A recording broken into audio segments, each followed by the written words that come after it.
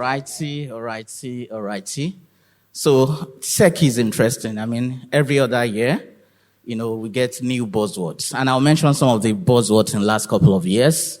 Anyone heard of blockchain, Web3? Any other one? Yeah? DeFi, right? And these days, what's the new buzzword? Gen AI. Come on. So has anyone used Gen AI today? By show of hands, I have. Right? See, so we are the G's. Come on. Has anyone used Gen AI this month? Anyone? Great. So I'm speaking to the right audience. Okay, so very quickly we look at the innovation landscape and how your data can help. And we look at how AWS can also assist with all of this. Okay, 2023 was an interesting year. There were a lot of conversations around Gen AI. I have a friend who is an exec in a bank. He told me that even in the board of the bank, there are conversations. The board is asking, what is our plans? What is our agenda? What is our response around Gen AI? Gen AI is now is now featuring in executive mandates. Even VCs are asking their startups that, come on, any plans for Gen AI? And these days, I speak to an HR tech and they tell me that they're an AI company. I speak to a transport tech and they tell me that they are an AI company. In fact, everyone is becoming a Gen AI company. And I think it's instructive, because there were a lot of experiments in 2023. And I think I can say it confidently that 2023 is the year of POCs because a lot of startups experimented with Gen AI. And in 2024, the conversation has moved further. Well, for some startups, and I hope some of you will join the fray. Yes, a lot of startups are now pushing some of those experiments to production. And there are conversations like, how do I prioritize my project? How do I lower my costs?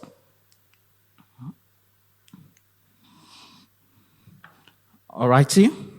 So let's go back, or maybe we should go back to 1991. An interesting year, right? Okay. So something instructive happened in 1991, and I'll tell you.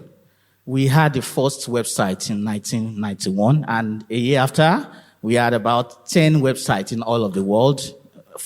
By 94, we had 2,700 websites in the whole world, including Yahoo. And, in those days, in the 90s, I tell you this, any company, right, that did not have a web presence then eventually became a dead company. So we are now in 2024, and let me make a prediction. Any company that does not have an AI strategy and AI response, right, in 2024 is at a risk. And the reason because we are at the tipping point for generative AI. And I'll show you why this is so. Okay. Generative AI has the potential to create significant business value. Let's see. The first is new experiences. Before now, you have a fintech app. You can query for your transactions. You can get your statement, right? And you're satisfied. But in these days, the kind of users we have now are not satisfied with just getting their statement, a printout of their statement and their transactions. Do you know what they want now? They want to chat with their data. They look at their transactions and they want to speak to their transactions. They want to say, okay, what could I have done better? What transactions could I have not done?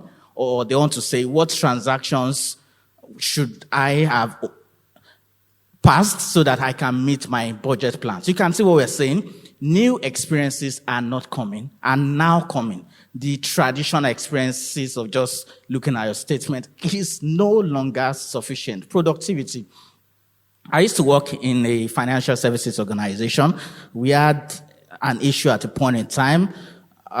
We had some hundreds of thousands of customers whose biometric data, picture, we did not put in the database for some reason. Unfortunately, we had scanned copies of their application forms. So what we needed to do, right, was to just crop out the pictures and save it on the database. And that was going to take weeks to achieve. We are going to get like 50 people who are going to come in as contract staff to do all of the processing. These days, this can be done by GenAI at the click of a button.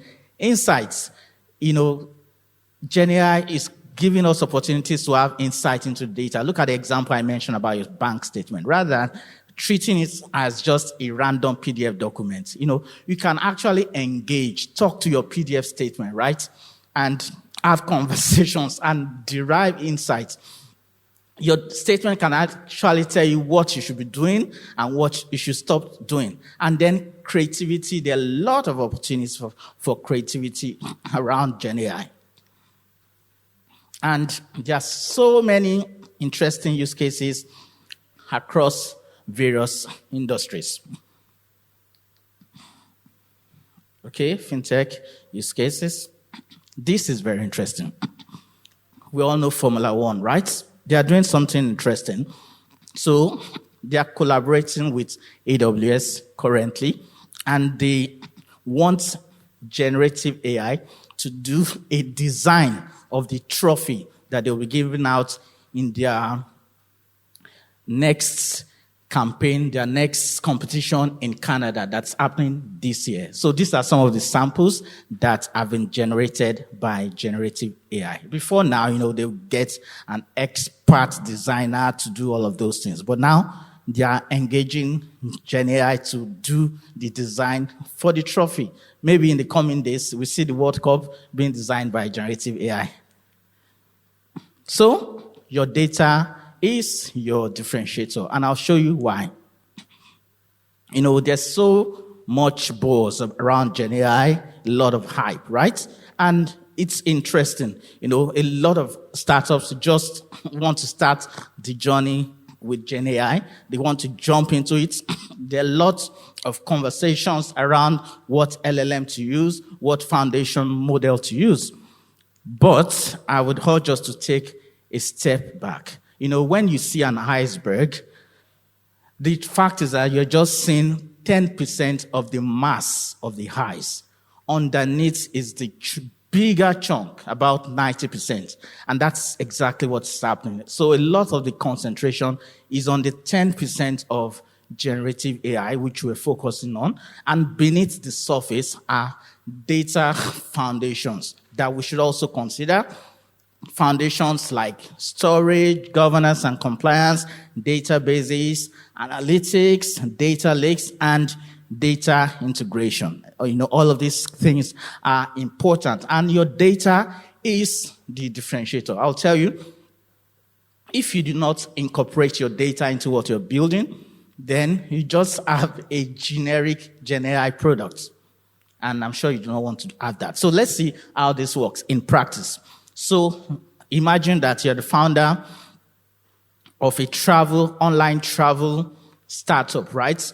And you have a lot of data for your customers around previous trips, their web history, their preferences, flight, hotel inventory, even promos.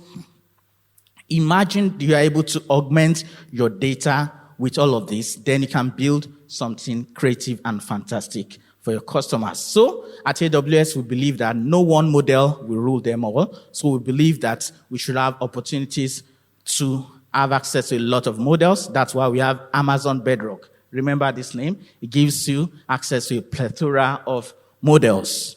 And what does the future hold for Gen AI? We believe there will be discussions around agents, multimodal. Modal means text, pictures, videos, multiple models, AI policies, and standards. In concluding, what do you do as a startup if you're here? Select the right use case. Empower your teams. Get started on your top use cases. Move to production and measure results, capture best practices, and iterate. Thank you, everybody. Good evening. All right. Please wait for your picture. I'll join you in this picture so that you won't be standing by yourself. Or are you coming up? Okay.